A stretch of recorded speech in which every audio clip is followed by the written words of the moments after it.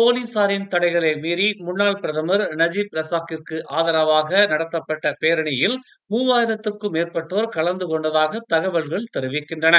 Pass பொதுச் செயலாளர் தக்கீயுddin Hassan, பிஸ்வாத்து துணைத் தலைவர் ஹம்சா ஜைனுடீன் மற்றும் பாஸ் கட்சியின் துணைத் தலைவர் அமாட் சம்சூரி முக்தார் ஆகியோர் நீதிமன்ற வளாகத்திற்குள் காணப்பட்டனர். அம்னோ இளைஞர் பிரிவு தலைவர் டாக்டர் அக்மால் சலேமும் பேரணியில் கலந்து கொண்டார். கெடா மந்திரி பெசார் டதஸ்ரீ முகமது சனூசி முகமது நூர் 10:40 மணி அளவில் வந்து கலந்து கொண்டார். இதற்கிடையில் பத்துமலையில் மஇக சார்பில் சிறப்பு பேரணியும் இன்று நடைபெற்றது. இந்நிலையில் பேரணிக்கு செல்லும் வழியில் நஜீப்பின் ஆதரவாளர்களின் குறைந்தபட்சம் 3 பேருந்துகள் இன்று காலை நிர்வாக தலைநகருக்குள் நுழைய அனுமதிக்கப்படவில்லை.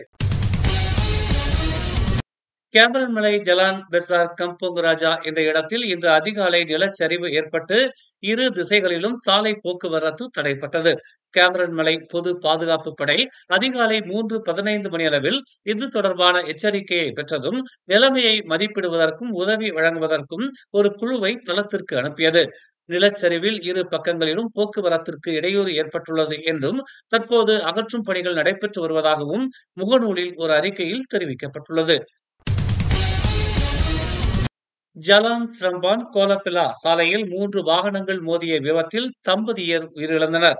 நேற்று ஞாயிற்றுக்கிழமை மாலை 6:45 மணியளவில் இந்த விபத்து நிகழ்ந்ததாக ஸ்ரம்பான் மாவட்ட காவல்துறை தலைவர் முகமது ஹத்தா சேட்டின் தெரிவித்தார். பலியான இருவரும் 50 வயதுக்கு மேற்பட்டவர்கள் என்று அவர் கூறினார்.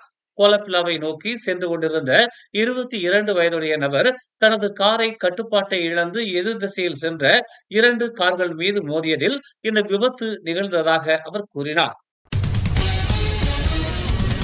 மலாய் ஒற்றுமையின் அடிப்படையில் முன்னாள் பிரதமர் நஜீப் ரசாக்கிற்காக ஒற்றுமையாக ஒரு கூட்டத்தை நடத்த விரும்புவது தமக்கு விசித்திரமாக இருப்பதாக பெஜுவாங் கட்சியின் தலைவர் முக்ரிஸ் மகாதிர் தெரிவித்துள்ளார். 2018 ஆண்டு பொது தேர்தலில் பரிசான் நேஷனல் மற்றும் அம்னோவின் வீழ்ச்சிக்கு நஜீப் காரணம் என்றும் ஊழல் வழக்கில் தண்டிக்கப்பட்டதன் மூலம் மலாய்க்காரர்களின் இமேஜை நஜீப் அழித்து விட்டார் என்றும் முக்ரிஸ் தெரிவித்திருந்தார். இந்த உண்மையை மலாய் சமூகம் அறிந்திருக்க வேண்டும் என்று அவர் அறிவுறுத்தினார். ஒரு நபருக்காக மலாய்க்காரர்கள் தங்கள் கண்ணியத்தை அடகு வைக்க தயாராக இருக்கிறார்களா என்று முக்ரிஸ் கேள்வி எழுப்பினார்.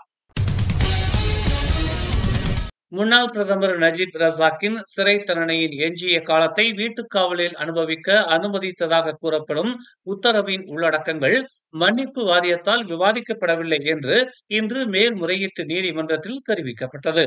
அரசு மூத்த வழக்கறிஞர் ஷம்சுல் போல் ஹசான் கடந்த ஆண்டு ஜனவரி 29ஆம் தேதி அப்போதைய மாமன்னர் சுல்தான் அப்துல்லா சுல்தான் அமாட் ஷா தலைமையில் நடைபெற்ற வாரியத்தின் 61வது கூட்டத்தில் முன்னாள் பிரதமரின் 12 ஆண்டு கால சிறை தண்டனையை பாதியாக குறைப்பது தொடர்பான ஒரே முடிவு எடுக்கப்பட்டது என்று கூறினார். மேலும் அவரது அபராதம் 50 மில்லியனாக குறைக்கப்பட்டதையும் அவர் சுட்டிக்காட்டினார். மலேசிய தீயணைப்பு மற்றும் மீட்புத்துறை நேற்று இரவு புலாவ் கெத்தாமில் மீன்பிடி வலையில் சிக்கிய 2 மீட்டர் முதலையை பிடித்தது.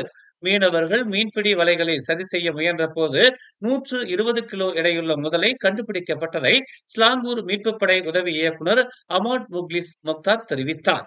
முதலை தேசிய வனவிலங்கு மற்றும் தேசிய பூங்கா துறையிடம் ஒப்படைக்கப்பட்டுள்ளதாக அவர் கூறினார். முன்னாள் பிரதமர் நஜீப் ரசாக் தனது எஞ்சிய சிறை தண்டனையை வீட்டுக்காவலில் அனுபவிக்க அனுமதிக்கும் முன்னாள் மாமன்னரின் கூடுதல் உத்தரவு தொடர்பாக அதனை நிரூபிக்க நீதித்துறை மறு ஆய்வு நடவடிக்கைகளை தொடங்க நஜீப்பிற்கு நீதிமன்றம் இன்று அனுமதி வழங்கியுள்ளது. இந்த வழக்கில் புதிய ஆதாரங்களை சேர்க்க நஜீப்பின் விண்ணப்பத்தையும் 3 பேர் கொண்ட மேல்முறையீட்டு நீதிமன்ற நீதிபதி குழு அனுமதித்துள்ளது. மேலும் செய்திகளை தெரிந்து கொள்ள தமிழ் மலர் நாளிதழை பாருங்கள். உடனுக்குடன் செய்திகளை தெரிந்து கொள்ள தமிழ் மலர் இணையதளம், தமிழ் மலர் செயலி மற்றும் மலர் டிவி யூடியூப் சேனலை வலம் வாருங்கள். எங்களோடு இணைந்திருக்க மலர் டிவியை பதிவு செய்து கொள்ளுங்கள். உறவுகள் மகிழ்ந்திட விருப்பம் மற்றும் பகிர்வு சேவையை சொடுக்கிடுங்கள்.